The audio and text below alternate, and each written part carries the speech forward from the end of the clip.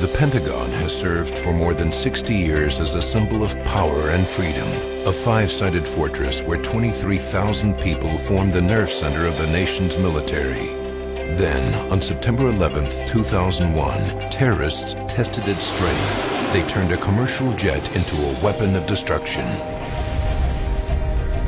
The American people suffered enormous losses that day, but the building itself proved to be a shield. I told her, hold on to me. Don't let me go wherever I go. I got you. We're going to get out of here. No camera captured the horror of the attack, but computer graphics now illustrate the events at the Pentagon. Behind this terror are stories of heroic acts, bravery, and miraculous survival of those whose fate took only seconds to determine.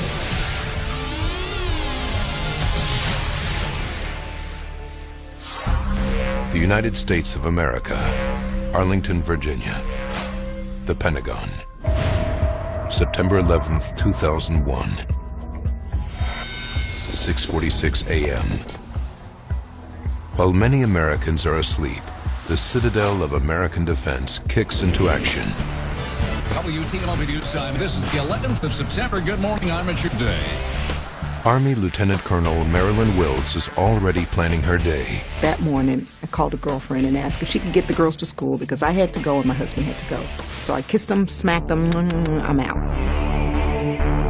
Marilyn is one of almost 23,000 employees who converge on the Pentagon every working day. Men and women, civilians, soldiers and sailors, Marines and airmen. The Pentagon is one of the largest office buildings in the world. Its 5 floors are made up of a unique 5-ring design.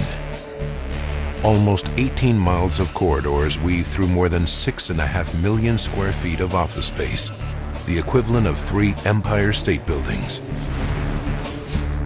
It's a city unto itself, with all conveniences under one roof, and a high-tech operations center monitoring the building's safety and security. 7 a.m. Bobby Hogue, a top Marine Corps lawyer, arrives at the Pentagon. I had a standing breakfast meeting with the Assistant Commandant of the Marine Corps. We met at the General Officers Mess, oh dark 30 as the Marines say. The day also begins early for those catching West Coast flights out of Washington's Dulles International Airport.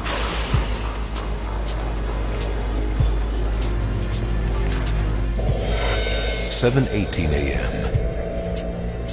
Terrorists carrying knives and box cutters make it through the airport security checkpoint and board American Airlines Flight 77. 8 a.m. The Pentagon offices are now in full swing. Lieutenant Colonel Marilyn Wills has staff meetings every other Tuesday morning. A Deputy Chief of Staff in the Army's Personnel Division, Wills has a particularly full agenda for the September 11th meeting. My office mate and I discussed what I'm going to talk about at the Tuesday meeting. And so I told her, see you later, and I went on to the conference room. 8:20 a.m. Air traffic controllers at Dulles Airport clear American Airlines Flight 77 for takeoff. Your departure frequency will be 125.05. Runway 30, cleared for takeoff. 125.05, runway 30, cleared for takeoff. American 77. On board are 53 passengers, 2 pilots, 4 flight attendants, and 5 men planning mass murder. Among the passengers are a family of 4, a political commentator, and 3 students with their teachers on a trip led by 2 employees of the National Geographic Society. The aircraft's fuel tanks carry enough for its 2,300-mile cross-country flight to Los Angeles. 8:46 a.m. This just in, you are looking at obviously a very disturbing live shot there. That is the World Trade Center, and we have unconfirmed report that a plane has crashed into one of the towers of the World Trade Center. John Yates is a security manager at the Pentagon. So I stood there for about 4 or 5 minutes watching and walked back to my desk. Called my wife. Before she hung up, she said, honey, do me a favor and work from underneath your desk for the rest of the day. And so I laughed and I said, sure, I will. I said, I love you and I'll see you tonight. At this moment, no one is quite sure of the gravity of the situation. 8:50 a.m. 30 minutes into its journey, American Airlines Flight 77 is now at its cruising altitude of more than 34,000 feet and is crossing the Ohio-Kentucky border. The air traffic controller at the Indianapolis Control Center radios the pilot. American 77, clear direct comma. Direct comma for American 77, thank you. These are the last words heard from the pilot. American 77, American Indy radio check. How do you read? American 77, American Indy radio check. How do you read? There's no answer. The air traffic controllers become concerned. You guys never been able to raise him at all? No radio communications and no radar. In the same instant, the plane's flight information disappears from the controller's radar screen. They no longer know where the plane is. 8:54 a.m. Without anyone realizing, American Airlines Flight 77 changes course.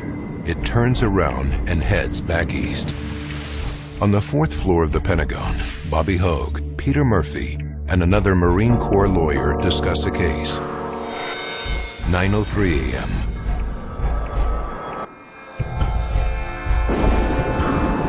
A second plane hits the World Trade Center. Bobby Hogue is convinced this is a terrorist attack.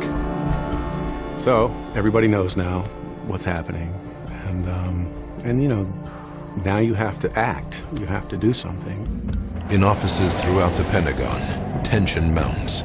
Lieutenant Kevin Schaefer watches the breaking news on TV from his office on the first floor. I couldn't concentrate on my work, and I stood up at my desk, and I just remember just standing there and watching the events unfold. Some of my colleagues were intending to call their wives or their spouses. And, you know, it was an emotional moment where they wanted to reach out. The Pentagon is now a target as the national crisis comes closer to home. Firefighter Alan Wallace is one of a three-man crew based at the Pentagon's fire station. He's busy checking the Pentagon's fire truck. At noon today, President Bush is scheduled to arrive. 9:30 a.m. Al, this is Chief Campbell.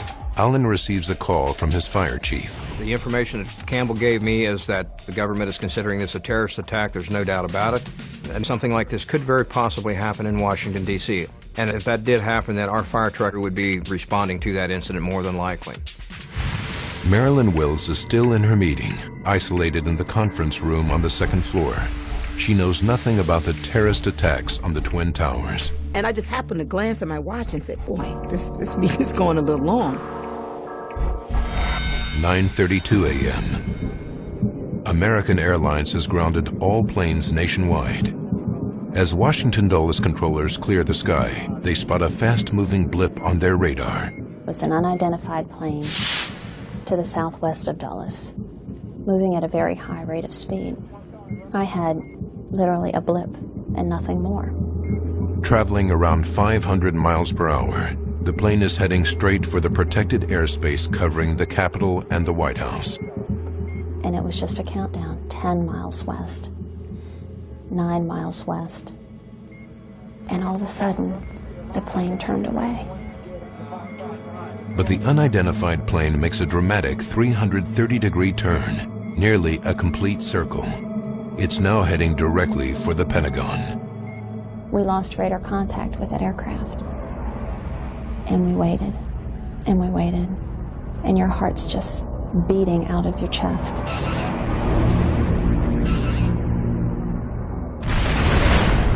Sequester now continues.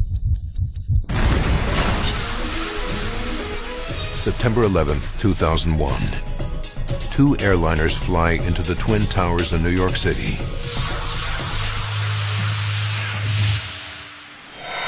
(9:32 a.m.) Another aircraft has dropped off the radar and is heading straight for the Pentagon. At 9:37, firefighter Alan Wallace is outside the Pentagon's west wall by his fire truck. We passed the right front corner of the fire truck, and probably 15 feet further than that, and I happened to look up and look to my left, and there is an airplane. 9:38. The Boeing 757, now at 530 miles per hour, is 1 second from impact. It flies so low it knocks down 3 streetlights and crashes into the Pentagon's west side. A security camera captures the immediate aftermath. This is the only photographic evidence that exists of the impact. The plane tears through the west wall. Kevin Schaefer's office on the first floor takes a direct hit. I just remember a gigantic fireball, the space exploding and knocking me to the ground. I was on fire, and I knew I had to extinguish the flames, but it just happened so quickly, and truly, literally, the shock of the moment really disoriented me. John Yates and Marilyn Wills are on the second floor, immediately above the impact zone. Everything I touched burned me. Everything was instantaneously hot, just like the inside of an oven. And I could feel water on my back from the sprinklers. Someone grabbed the back of my pants, and I told her, hold on to me. Don't let me go. Wherever I go, I got you. We're going to get out of here. So we started to crawl. I was first, and then civilian was behind me. Not knowing there were several people behind her, because you couldn't see anyone. If you put your hand in front of your face, you could not see your hand. It was that dark with smoke. And the lady behind me tugged on my pants and said she couldn't go any further because the smoke was just so intense. And she's like, every time I breathe, it hurts. And so I had on my black army sweater. And whatever was falling from the ceiling, liquid, I was putting my sweater in it and sucking on it because my mouth just felt like it was on fire. And so I passed it to her and I said, just suck on this. And I said, don't swallow, just suck on and spit it out. Operators in the building's Defense Protection Service Communication Center receive frantic phone calls from trapped employees. They coordinate the rescue effort and stay at their desks even while the entire building is being evacuated. On the 4th floor, 24 feet above the plane's impact, Bobby Hogue is thrown across his office. Thick black smoke turns day into night. Bobby and 4 co-workers fight to breathe, desperately searching for a way out. But there's a problem with the escape route.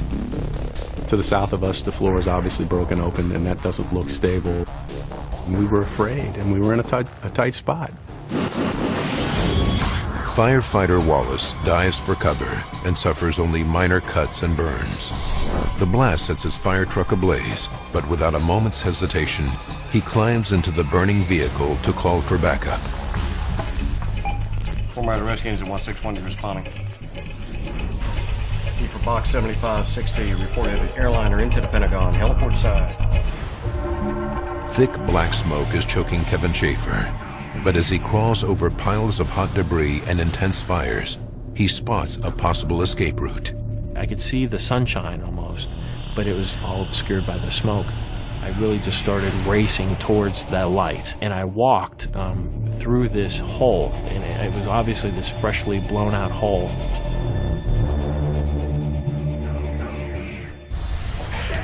But up on the 2nd floor, Marilyn Wills is still trapped. We just start banging on this windowsill, just with feet and hands and the heel of our hands, and the windowsill popped open. The lady who was behind me was a lot older than we were, so we knew she had to go first. And the soldier who was standing there had been burned severely, so we lowered him down. So at that point it left my boss and I in the window. And I knew my office mate was still in there because she didn't have a meeting. And I knew several other people had to be in that area. And so he told me it was my turn to go. And I told him I couldn't because I wanted to go back. He pretty much gave me an order and said, you go out of the window now. I think that was the hardest thing I had to do because I knew people were in there. But I knew it was suicidal if we went back. So I got out of the window. 9:45 a.m. 10 fire trucks battle to gain control of the blazing inferno. Temporary triage units treat those victims that do escape. By the blazing west wall, Alan Wallace helps those trying to get out through the windows above. The building is on fire. These people coming out of the building are terrified. They're hurt, they're burned, they don't know where they are. The fire is coming out of the top half of the window and the smoke is blowing out of the bottom half, and these people are trying to get out of the building. As the inferno rages, it's impossible for firefighters to reach those trapped on the 4th floor. Black smoke billows from both ends of the corridor. Bobby Hogue and his 4 co-workers keep searching for a way out and come across the crack in the floor again. Now it's opened up, and it's dropped even further, and you can see the fire coming up through the floor. They're trapped. The odds are against them. Follow my voice. Come this way. Some young guy saying, there's a way out here. There's a way out this way, this way. So we don't question much. We just kind of grab onto each other, hunch over, and make for the door. 9:55 a.m. 17 minutes after the plane flew into the Pentagon, firefighters hear the building creaking and cracking. Huge slabs of the floor are sinking. It's about to collapse, so they rush to evacuate the area. 9:57 a.m. 19 minutes after impact, a 75-foot section of the building collapses. It's an agonizing 10 minutes before firefighters get the all-clear to resume rescue efforts. Amazingly, Kevin Schaefer, Marilyn Wills, John Yates, and Bobby Hogue all manage to make it out in time. They are rushed into emergency helicopters and ambulances. 11:30. The fire is now so fierce that it takes firefighters almost 24 hours before they can extinguish the last of the flames. For the first time in American history, terrorists attack the premier defense headquarters of the most powerful nation in the world. Now, by looking back at the events of that day and by going deep into the investigation, we can reveal what happened.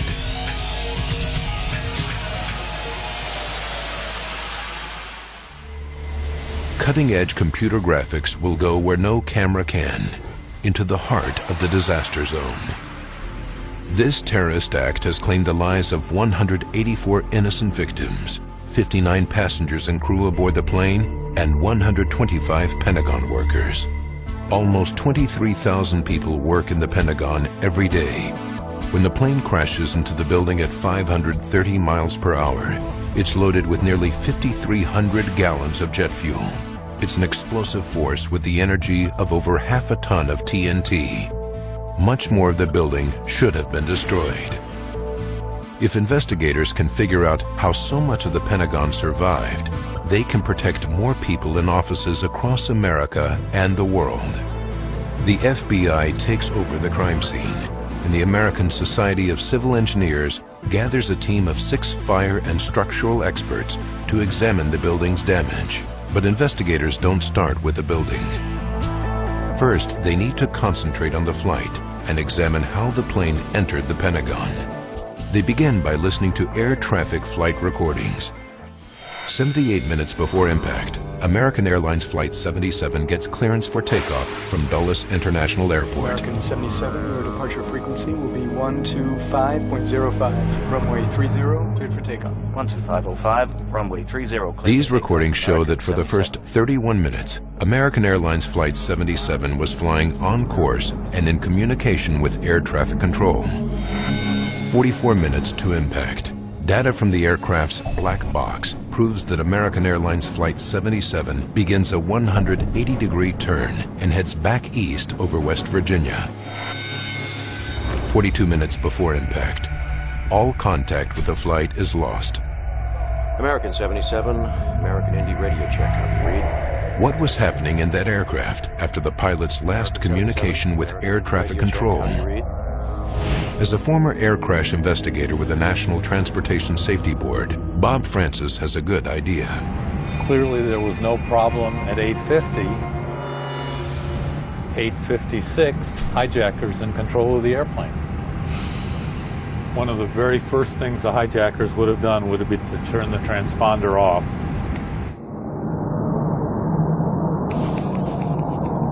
The transponder is a device that relays the aircraft's flight details, its number, speed, and altitude to air traffic control.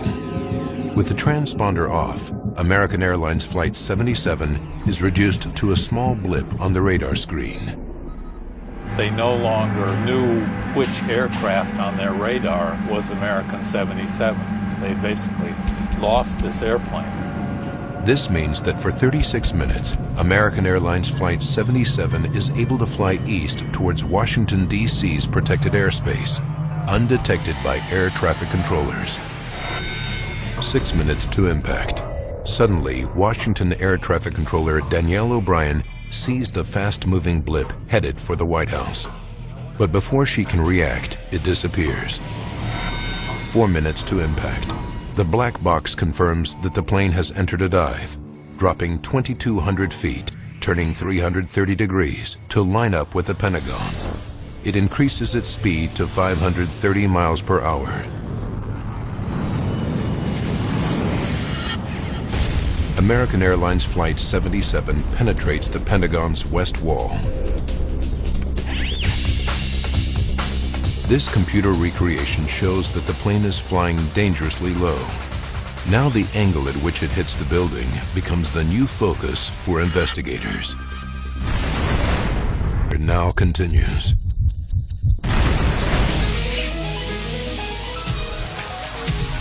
Five terrorists have hijacked an American Airlines jet and crashed it into the first floor of the Pentagon.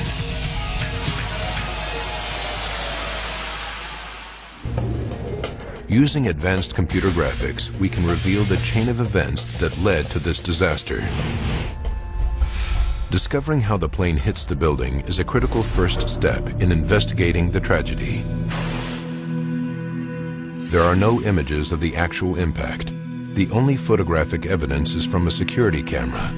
It takes one photo every second, but at 530 miles per hour, the plane hits the building between photos.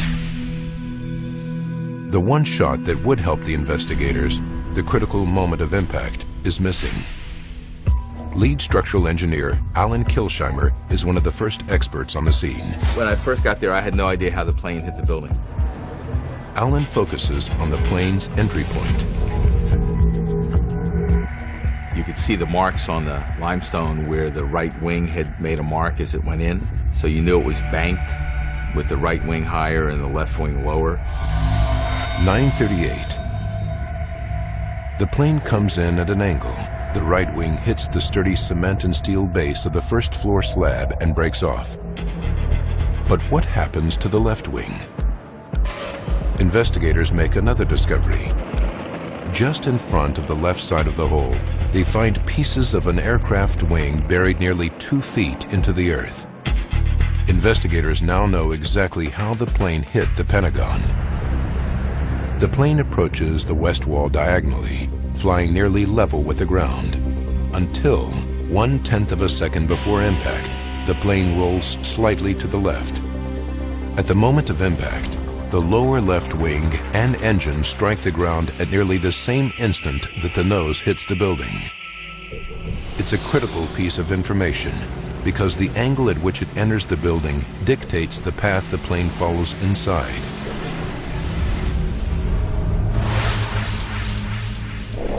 There's a thin line between surviving or not, and it's a matter of inches.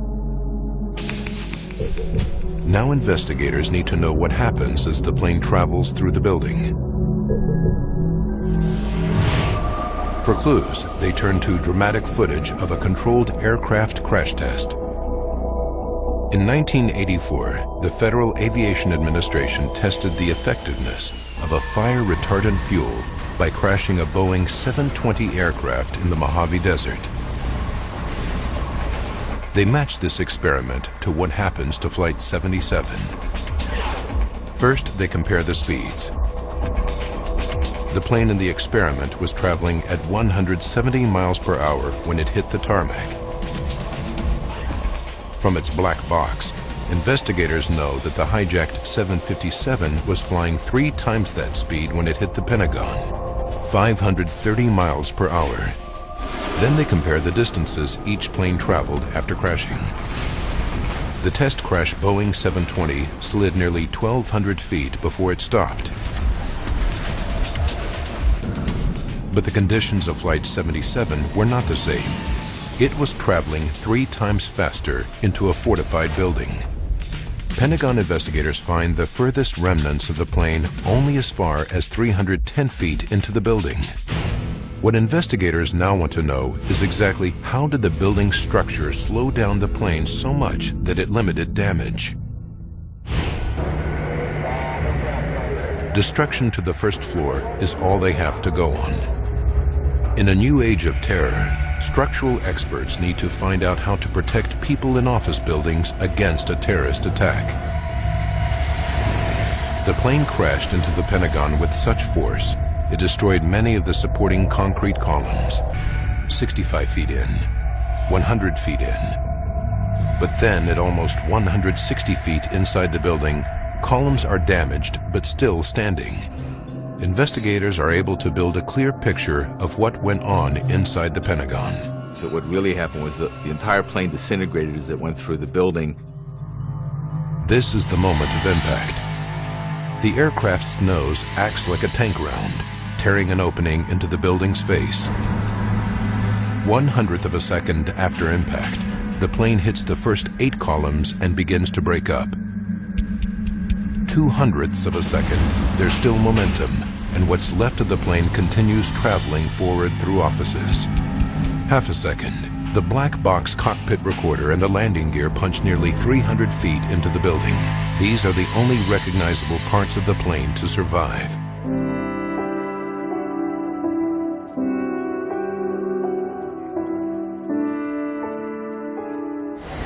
The plane tears through the first floor offices, just below John Yates and his colleagues. But it is fire and toxic smoke that claims the lives of nearly 2/3 of the victims. Fire protection engineer Tom Stanton evaluated the performance of the building. What these forces did was push everything all around through the building into piles, and they burned, taking out the walls, taking out the ceilings, everything, and just pushing it everywhere. These piles are like massive bonfires. All they need now is fuel and ignition. At impact, the aircraft is carrying nearly 5,300 gallons of fuel. Some of the fuel feeds the huge 415-foot-high fireball outside. But the rest comes into the building with the plane, moving almost 800 feet per second. It sprays jet fuel everywhere, including onto the piles of debris. John Yates is on the second floor. My glasses were still on my head, and when I took them off, I thought they were covered in blood because there was something on them, and I now know that it was jet fuel. Pentagon workers who survived the initial impact now face an unbearable set of circumstances. You swallow, you could feel your lungs expanding and shrinking, and you couldn't use your eyes because the smoke was so intense.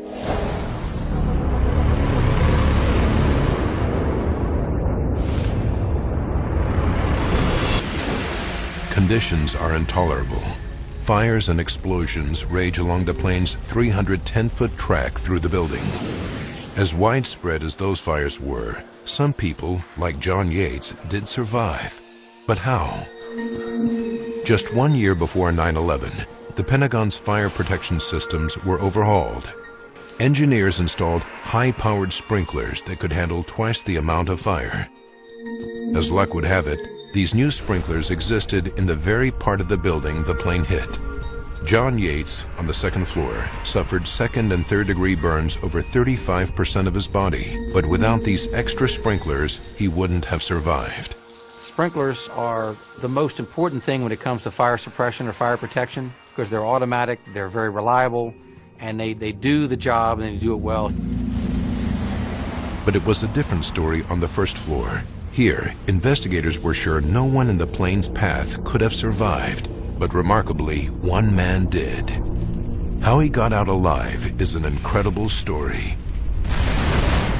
Seconds,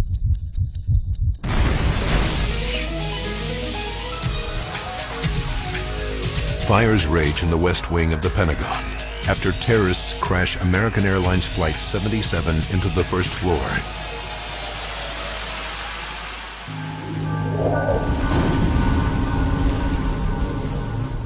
There we were in the heart of the Pentagon, and all of a sudden, in an instant, everything is exploding around me. Dr. Georgine Glatz is chief engineer of the Pentagon renovation program.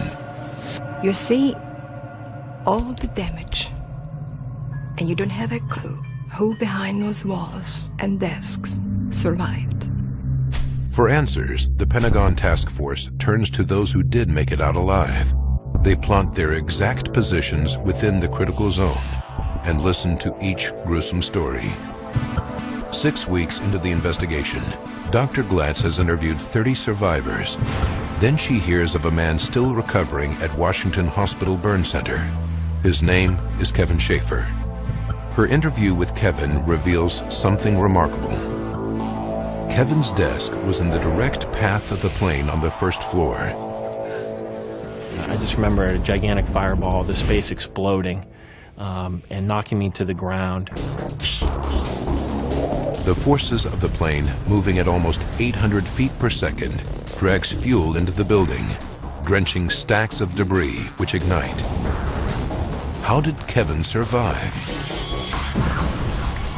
I took off in another direction and just literally started crawling and climbing over debris and through and around pockets of quite a bit of fire.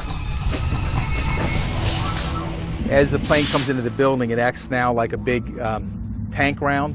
It's almost like if you're blowing up something in a rock quarry and you have milliseconds apart different explosions. That's what was happening. This film shows what happens during an explosion. The first stage is the bomb's lightning-fast blast wave. As energy pushes out from the explosion, it compresses air particles in its path to create a shock wave. It travels faster than the speed of sound, demolishing everything in its path. Using advanced computer graphics, we see in those milliseconds after impact how the blast wave moves through the Pentagon's first floor. As the plane travels through the building, there are multiple explosions spaced milliseconds apart, creating shock waves that follow a path of least resistance, bouncing off solid objects, moving in chaotic paths throughout the building. The ricocheting blast waves miss Kevin, but if he had been standing just inches to his left or right, he would have been hit squarely by the blast waves. Had I been knocked unconscious, I don't think I would have survived in that space. I mean, I clearly wouldn't have. The blast waves that miss Kevin blow a hole into a roadway. This provided his only means of escape. Kevin got out by crawling another 88 feet. He suffered burns over 42% of his body and had 2 cardiac arrests while in the hospital. How the blast waves that missed Kevin behaved has to do with the Pentagon's unique design. The Pentagon consists of 5 rings. The roadway that separates B and C rings is called A&E Drive. The shock waves raging through the first floor are enclosed within 3 rings of offices. There was no way for the pressure from all these explosions to relieve itself. And the first time it could relieve itself is when it hit A&E Drive.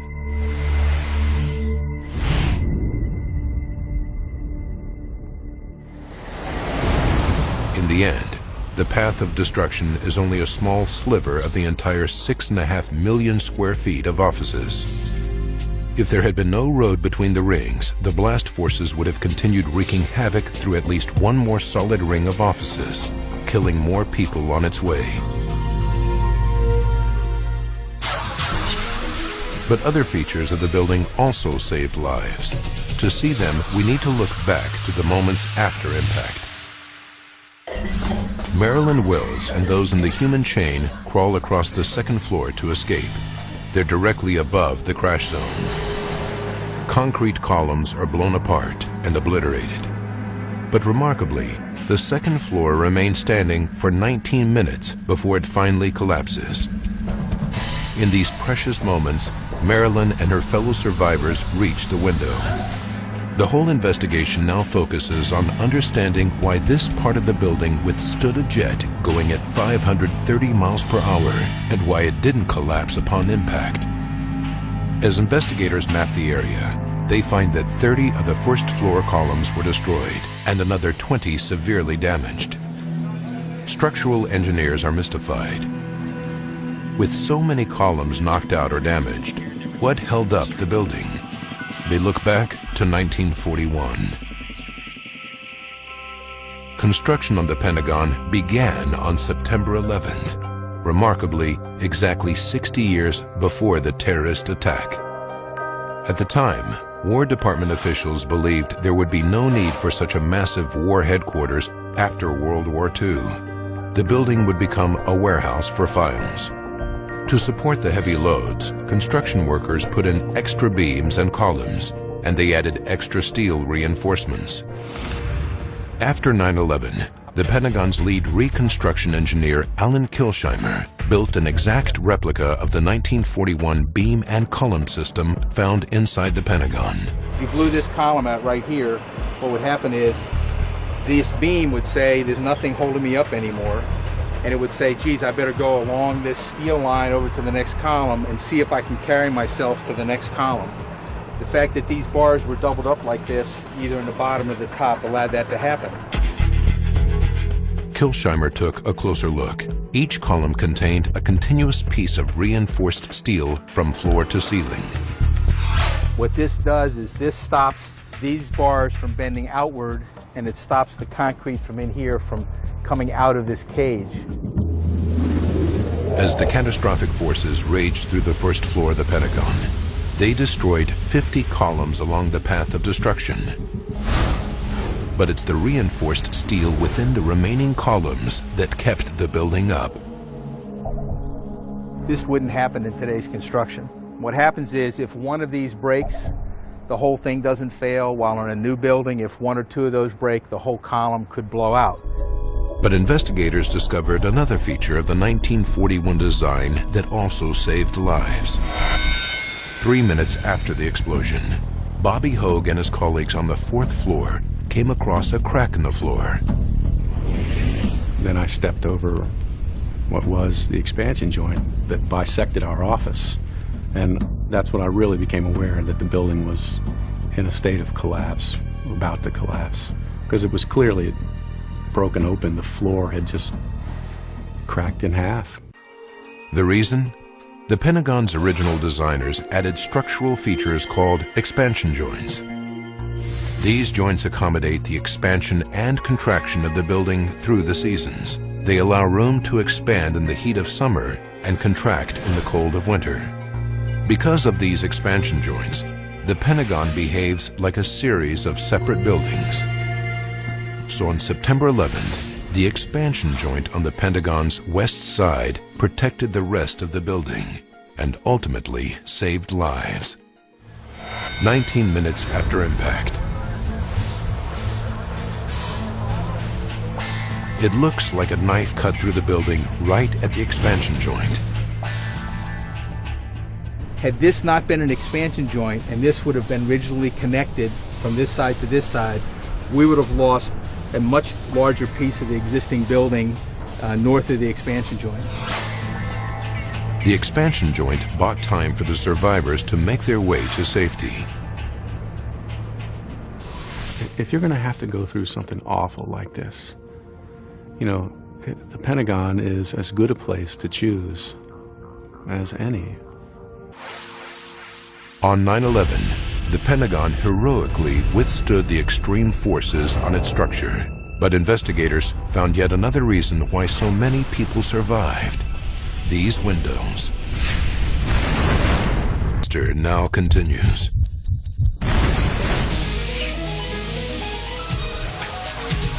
Investigators are uncovering the secrets of how the Pentagon withstood the 9/11 attack and how so many people survived. When the plane hit the Pentagon's west side, Bobby Hogue looked out the window and saw fire engulf the building. But that fire never touched him. Why? The answer was right in front of him. in the window. If someone had come to me in 2000 and said, we need to put a bomb-proof window in your office, I'd have said, get out of here. What are we going to do with a bomb-proof window, you know? Well, guess what? Yeah, sure came in handy. In 1995, 168 people died in the Oklahoma City bombing. This and other acts of terror on office buildings taught building experts vital lessons. Engineers came up with improvements, including tougher windows. So where there were blast-resistant windows, people were able to escape, especially on upper floors.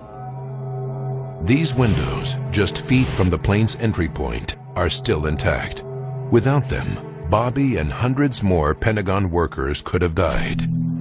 By 9/11, the Pentagon had installed these life-saving features into an area of the building known as Wedge 1. When the terrorists lock onto their target on the morning of September 11th, it is this renovated section that appears in their sights. But the Pentagon renovation program also saved lives in ways no one could have predicted. On 9/11, the plane enters the building diagonally into Wedge 1, but continues wreaking havoc into another section known as Wedge 2. Normally, 5,000 people work in this space, but by September 11th, renovation of this second wedge was underway. A few weeks earlier, most of the 5,000 employees who work in Wedge 2 were relocated to temporary offices elsewhere. Had this been in another area of the building, there could have been tremendously higher, 10 times the amount of losses, much more on the magnitude of New York City. Finally, investigators pieced together the tragic course of events. 8:20, American Airlines Flight 77 takes off from Washington's Dulles Airport with 53 passengers and 6 crew aboard. 8:56, hijackers turn off the aircraft's transponder. Air traffic control loses Flight 77. 9:38, the Boeing 757 flies into the first floor of the Pentagon. In milliseconds, the aircraft begins to disintegrate. Fuel spews through the building. Violent fires and explosions track the plane's brief but deadly journey. 9:39, the sturdy 1941 construction, expansion joints, and blast-proof windows withstand the impact, allowing many Pentagon workers to make their way to safety. 9:57, only 1/5 of the area hit collapses. All the passengers and crew and 125 Pentagon workers perish. The heroism of the Pentagon employees themselves saved countless lives. Any service member, a soldier, airman, Marine, it's something in you that you never leave your comrades. When that lady grabbed the back of my pants, I believe that was the best thing that happened to me that day. I was no longer responsible for Marilyn Wills. I was responsible for her and all of those people who followed her.